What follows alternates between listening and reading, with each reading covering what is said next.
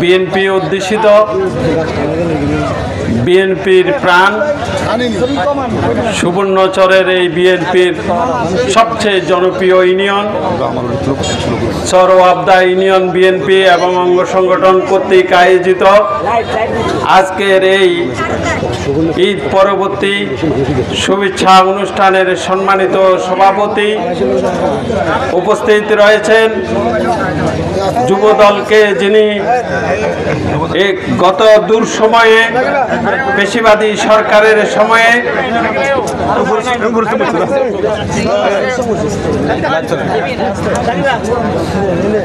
যিনি যুবদল জন্য সবচেয়ে বেশি এই সুবর্ণচরে কাজ করেছেন যুবদলের সাবেক সভাপতি জনাব বেলাল হোসেন সুমন উপস্থিত রয়েছেন এই এলাকার এই ইউনিয়নের বিএনপির নেতৃবৃন্দ উপজেলা বিএনপির নেতৃবৃন্দ বিভিন্ন অঙ্গ সংগঠনের নেতৃবৃন্দ সমাগত ভাইয়েরা সবাই আমার সালাম নেবেন। আসসালামু আলাইকুম।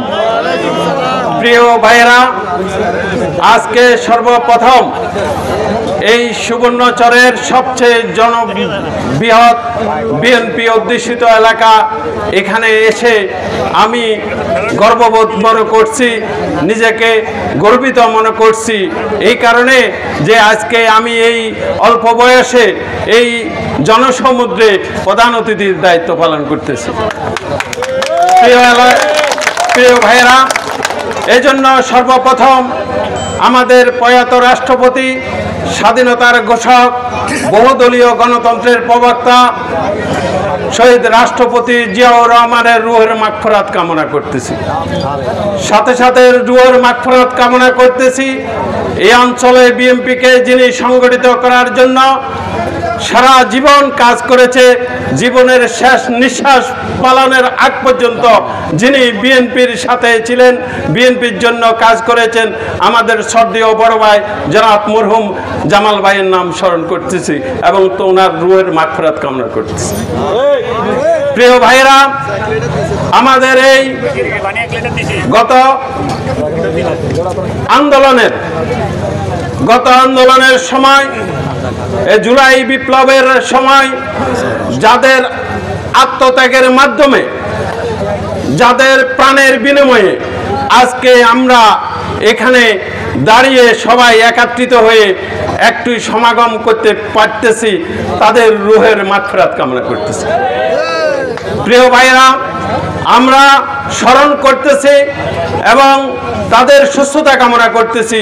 যে সমস্ত ভাইরা তাদের জীবনের একটা অঙ্গ ক্ষয় করে আমাদেরকে আজকে দাঁড়িয়ে এখানে সবাইকে সমাগম করার সুযোগ করে দিয়েছেন। প্রিয় ভাইরা, আপনারা জানেন এই অঞ্চল আমাদের নেতা, আপনাদের নেতা, প্রিয় নেতা মোহাম্মদ শাহজাহান হেঁটে হেঁটে বিএনপি করেছেন নাকি? ভোট করেছেন 91 সালে, ভোট করেছেন তার পরবর্তী কয়েকটা সালে। উনি আপনাদের ভোটে নির্বাচিত হয়ে সংসদে গিয়ে সংসদে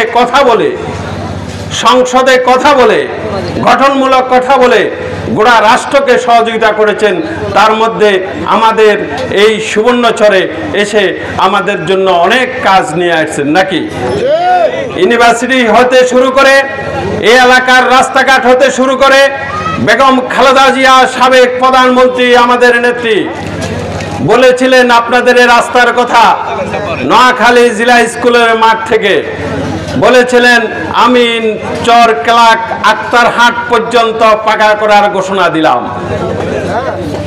মোহাম্মদ শাহজাহানের অনুরোধে সোনাপুর থেকে আক্তার মিয়ার হাট পর্যন্ত এই রাস্তা কে করেছিলেন? মোহাম্মদ শাহজাহান করেছিলেন। তাই এই এলাকার মানুষ মোহাম্মদ শাহজাহানকে ভাই বলে সম্বোধন করে। উন্নয়নের কারণে মানুষ ভাই বলে সম্বোধন করে।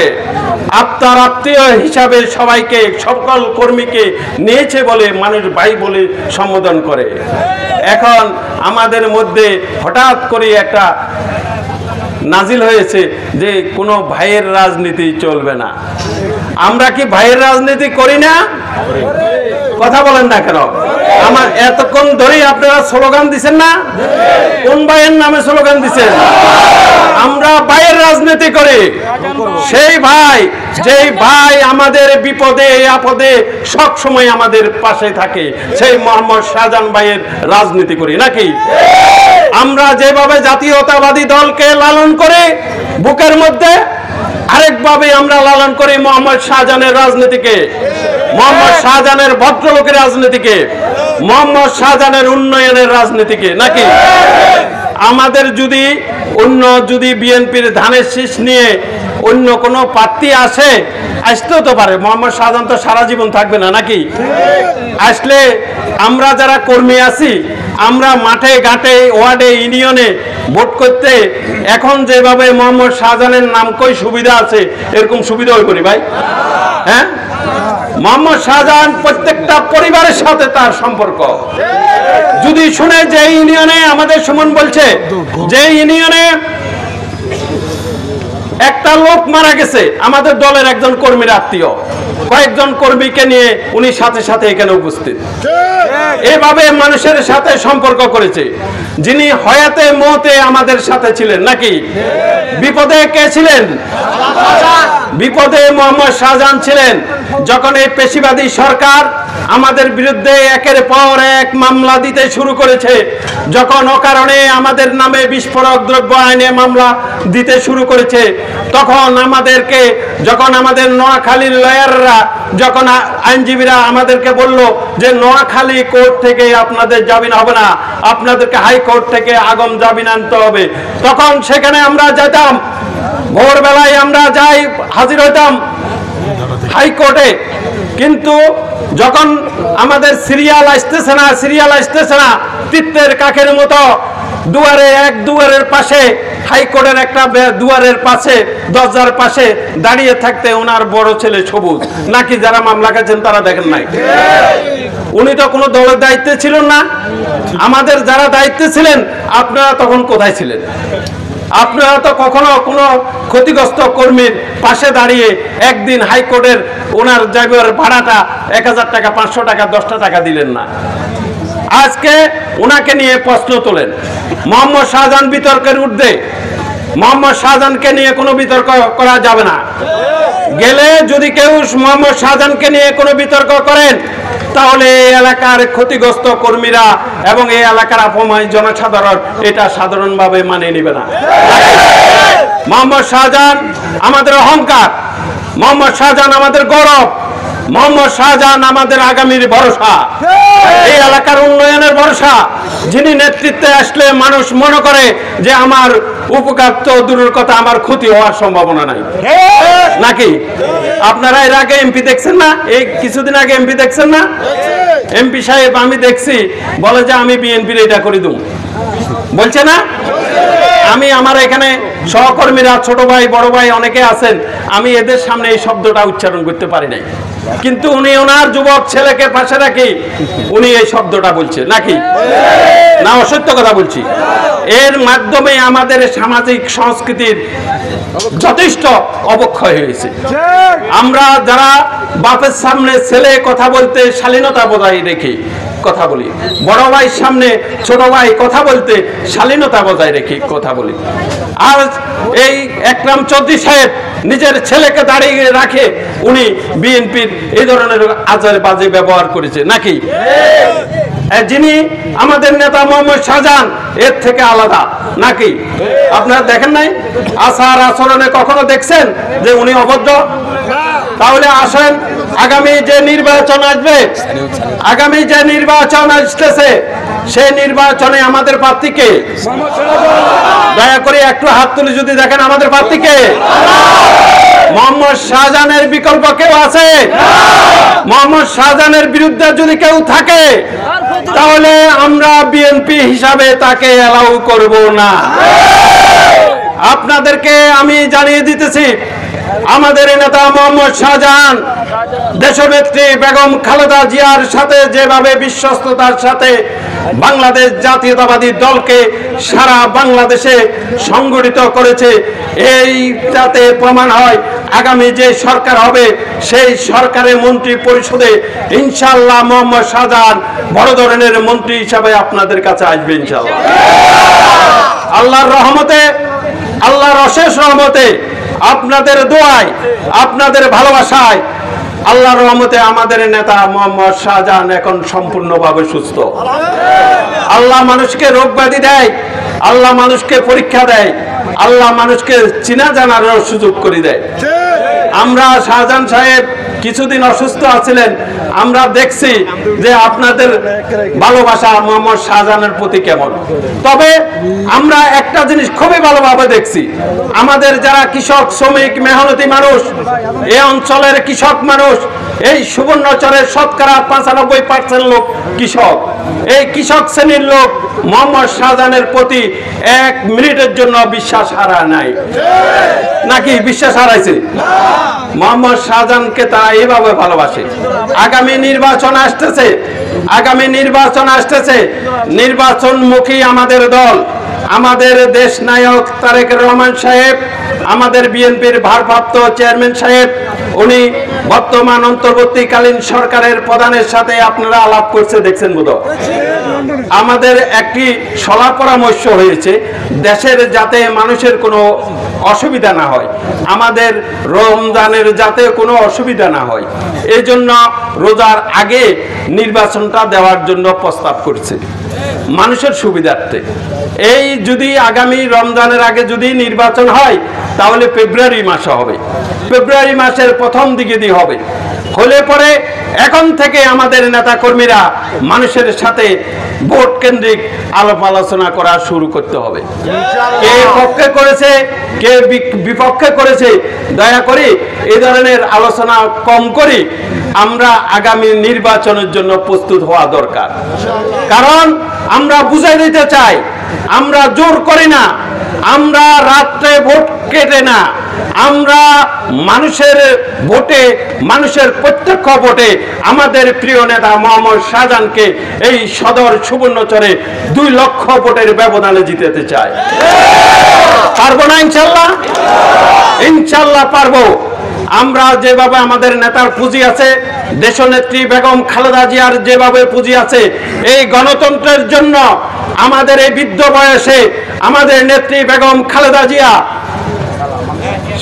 যেভাবে আপনাদের গণতন্ত্রকে রক্ষা করার জন্য অচিরে নীরবে দেশের বাইরে না গিয়ে এদেশে জেল খেটেছে শুধুমাত্র আপনাদের গণতন্ত্রের জন্য, আপনাদের ভোটের অধিকারের জন্য। তাই এই দেশের সকল মানুষের দায়িত্ব, সকল মানুষের দায়িত্ব, যিনি কেন্দ্রে যাই নিজের ভোট নিজে দিতে পারবেন, যিনি কেন্দ্রে গিয়ে নিজের ভোট নিজে দিতে পারবেন, তার দায়িত্ব, মৌলিক দায়িত্ব হয়ে গেছে এখন বেগম খালেদা জিয়ার ধানের শীষ মার্কায় ভোট দেওয়ার জন্য। দয়া করে আপনাদের অধিকার, যেহেতু আমাদের নেত্রী, আমাদের নেতা মোহাম্মদ শাহজাহান এই অবস্থায় জেল খেটেছে, আপনারা দেখেছেন ওনার নামে 4 বছরের সাজা খেটেছে শুধুমাত্র আপনাদের অধিকারের জন্য, আপনাদের ভোটের অধিকারের জন্য। আপনারা ইউনিয়ন পরিষদে আপনাদের পছন্দের লোককে নির্বাচিত করতে পারেন না। আপনারা গত সরকারের সময় ইউনিয়ন পরিষদে আপনাদের পছন্দের লোককে আপনারা চেয়ারম্যান বানাইতে পারেন নাই, আপনারা আপনাদের পছন্দের মতো লোককে এমপি বানাইতে পারেন নাই, নাকি পাচ্ছেন? হ্যাঁ, নাকি পাচ্ছেন? আপনারা যাতে আপনাদের ভোটে আপনাদের পছন্দের প্রার্থী যাতে নির্বাচিত ওয়ার্ডের ইউনিয়ন পরিষদের সদস্য, ইউনিয়ন পরিষদের চেয়ারম্যান এবং আমাদের মাননীয় সংসদ সদস্য বানাতে আপনাদের ভোট লাগে। এই জন্য বিএনপির লক্ষ লক্ষ নেতাকর্মী বাংলাদেশের শুধু গণতন্ত্রকে রক্ষা করার জন্য, ভোটাধিকার যার ভোট সে দেওয়ার জন্য প্রাণ দিয়েছে, অকাতরে প্রাণ দিয়েছে। আপনারা দেখেন নাই আমাদের উপরে কি স্টিম রোলার চালাইছে এই সরকার, নিরীহ মানুষদেরকে কি অত্যাচার করেছে। মনে হয় যে আলেম এবং মুসলমানদের লেওয়াজদারি লোকজন তাদের একটা দুশ্মন, নাকি ভুল কইলাম? যেখানে বড় ধরনের কোন আলেম এসে ইসলাম প্রচারের জন্য যদি ওয়াজ মাহফিল করছে, তখন এই সরকার এই অত্যাচারী সরকার, এই পেশিবাদী সরকার সে ওয়াজ মাহফিল ভঙ্গ করে দিছে পুলিশ দিয়ে, নাকি না ভুল করলাম? অথচ যেখানে যাত্রা গান চলতেছে, যেখানে যাত্রা গান চলছে সেখানে এই অত্যাচারী সরকার পুলিশ দিয়ে সে যাত্রা গান যাতে নির্দ্বিধায় চলতে পারে পুলিশ দিয়ে পাহারা দিছে, নাকি? এই ইসলাম বিরোধী সরকার, মানুষের অধিকার নিয়ে ছিনিমিনি খেলা সরকার যাতে এই দেশ থেকে বিলুপ্ত হয়ে যায় সে দোয়া করবেন। এবং আগামী নির্বাচনে আমাদের নেতা মোহাম্মদ শাহজাহানকে আপনারা বিপুল ভোটে নির্বাচিত করবেন এবং এই ইউনিয়নের সর্বস্তরের নেতাকর্মীদেরকে আমি একটু টের পাইছি, সেটা হলো আমাদের অনেক কর্মী ভাইয়েরা আজকে মনোকষ্ট নিয়েছে।